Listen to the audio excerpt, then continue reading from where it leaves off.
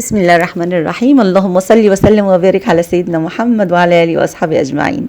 أهلا بحبايبي ومتابعيني من مصر وبره مصر، يا رب تكونوا بخير يا رب في أحسن حال. أنا النهاردة هنعمل لكم فطير مشلتت بطريقة بقى حديثة سهلة جدا، أي بنوتة تقدر تعملها في منتهى السهولة. وزي ما انتم شايفين كده هتطلع معاكم ورقة وطرية وحاجة في منتهى الروعة. اعملوا الخطوات بنفس المقادير هتطلع جميلة جدا. أنا فادية قاسم للي ما تعرفنيش، ودي قناتي. لو عجبك الفيديو يا ريت تتابعيني، تعملي متابعة وتعملي شير للقناة وتفعيل للجرس، ويا ريت الإعجاب علشان يوصل لناس تانية والقناة تكبر ليكوا وبيكوا إن شاء الله. زي ما شايفين كده الفطير طالع في منتهى الروعه، ما اقولكمش على جماله. هنقول بسم الله الرحمن الرحيم. انا هنا معايا كيلو دقيق متعدد الاستخدامات، ومعايا 600 جرام ميه، يعني 3 كوبايات ميه. معايا كمان 4 معالق كبار سكر، ومعايا معلقه ملح صغيره. انا بحب الفطير يبقى محلون كده وانا باكله، فهحط له 4 معالق سكر للكيلو دقيق. هنضيف للميه السكر والملح ونقلبهم كويس جدا لغايه ما السكر والملح يدوب خالص في الميه. بعد كده هنضيف الميه للدقيق، بس هنضيفها على دفعات، يعني هنضيف حبه كده ونسيب حوالي نص كوبايه، ونشوف الدقيق بتاعي هيحتاج الميه دي ولا هيحتاج نصهم ولا اكتر منهم. هنشوف تبع النوع الدقيق اللي انت جايباه هتشوفي الميه، بس هو ما بياخدش اكتر. يعني الدقيق بتاعي اخد 3 كوبايات بالظبط، اللي هم 600 جرام او 600 مللي.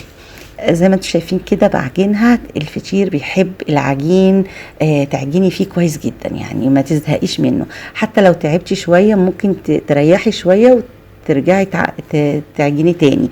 لو عندك عجان هيبقى تمام التمام. انا عندي العجان بس ما رضيتش اعجنه في العجان، علشان برضو مش كل حد عنده العجانه. اوريكي بيتعجن بالايد وبيبقى جميل زي الملبن ازاي. شايفين العجينه ناعمه ازاي وكده، المقادير كده مظبوطه 100%. بلمسه كده زيت بتملسي عليها كده بلمسه زيت، وتسيبيها بقى تستريح شويه كده نص ساعه ولا حاجه. كل ما ريحتي العجينه كل ما عطيتك نتيجه افضل. جبتي بقى هنا اهو، هنجيب صينيه وندهنها زيت وتقطعي العجينه بالمقادير اللي انت عايزاها. انا هنا عملت الكيلو عملتهم 4 فطاير، 4 فطاير كده محترمين حلوين. زي ما انتم شايفين العجينه ناعمه ازاي. تبرميها كده وتعمليها كور كده وتسيبيها برضو تستريح. كل ما ريحتي العجينه زي ما بقولك كل ما طلعت النتيجه افضل بكتير. هنقطعهم 4 قطع كده وهسيبهم برضو يرتاحوا ساعة نص ساعة. يعني انت ممكن تعملي الحاجة دي الصبح وتسيبيها بعد الغدا مثلا، تبدأي تشتغلي بقى تكملي شغلك في الفطير. زي ما انتم شايفين حوالي ساعة كده سبتهم يريحوا، وبعدين جبت السمنة بتاعتي. دي سمنة بقري على سمنة جاموسي، كوباية ونص يعني 300 جرام سمنة على بعضيهم. او عايزة سمنة وزبدة ماشي. انا عملت سمنه بقري زي ما بقولك، وسمنه جاموسي بتدي بقى ريحه البلدي، بقى تدي ريحه الريحه دي بقى الجميله بتاعه الفطير المشلتت ده، بتبقى حاجه روعه. بعد ما فردتها كده بالمردانه او بالنشابه زي ما انتم شايفين كده، بالفرشه او بالسباتولا او بايديكي تدهني السمنه كويس جدا. تدهني زي ما بقولك هو بياخد 300 جرام للكيلو. تقطعي كده بالقطاعة او بسكينة، تقطعيها شرايح. كل ما تقطعي شرايح كل ما هيديكي توريق اكتر.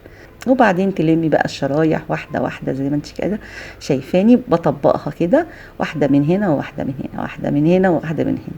هتديكي نتيجة وتوريقة بقولكمش هتطلع جميلة قد ايه. دي اكتر نتيجة ناجحة وسهلة. يعني هي كل الطرق ناجحة، بس دي سهلة للمبتدئين او اللي ما بيعرفوش مثلا يعملوها. هتبقى سهلة جدا وهتطلع معاكي مورقة في منتهى الروعة. هتطبقيها كده وتقفلي عليها من كل جانب. بس اهم حاجة كل سنتي في الفطيرة لازم تكون مدهونة سمنة كويس جدا. بعد ما لميتها كده هنحطها في الصينيه برضو عشان تستريح، ونشوف التانية هتعمل ازاي. انا التانية بقى هنا هنفردها بايديا. شايفين بايديا كده او بصوابعي، مش هنفردها بنشابه ولا اي حاجه. زي ما انتم شايفين كده هتتفرد معايا في منتهى السهوله لاني ريحتها. كل ما بقول لكم ترتاح كل ما تتفرد معاكي بمنتهى السهوله. زي ما انت شايفه كده، ما احتاجتش يعني ما عندهاش نشابه او مردنه، هتفردها بايديها وبصوابعها في منتهى السهوله. تدهنيها برضو كويس جدا بالفرشه بايديكي، باي حاجه تفرديها، تفردي السمنه عليها كلها. اهم حاجه تغطيها، تقطعيها شرايح كده وتطبقيها. ده صوره سريعه كده علشان الوقت ما يبقاش كبير عليكم. وبعدين هتطبقي كده زي ما بقول لكم. الفطاير هتبقى كلها بنفس المنظر ده. هنسيبها بقى ايه تستريح. هنا حطينا السمنه، هنسيبها تستريح فين؟ في التلاجة، علشان السمنه دي تجمد معانا وبعدين لما تيجي وتورق معاكي بعد كده لما تيجي تطلعيها من التلاجة تفرديها فردة كده بسيطة وتحط لها معلقة سمنة كمان. كل ده كل ما تعملي الخطوة دي كل ما تورق معاكي وهتطلع لك نتيجة في منتهى الروعة. معلقة كده بسيطة تمسحيها وتلمي العجينة تاني، تعمليها كورة زي ما انت شايفه كده، عاملاها كوره، وهتحطيها في صينيه تكون مدهونه كويس جدا علشان لما تيجي تفرديها كده تتفرد معاكي بسهوله، ما تمطش معاكي وترجع تاني تصغر معاكي. انا زي ما انتم شايفين كده انا بفردها في منتهى السهوله، ما ترجعش تاني بايديا كده.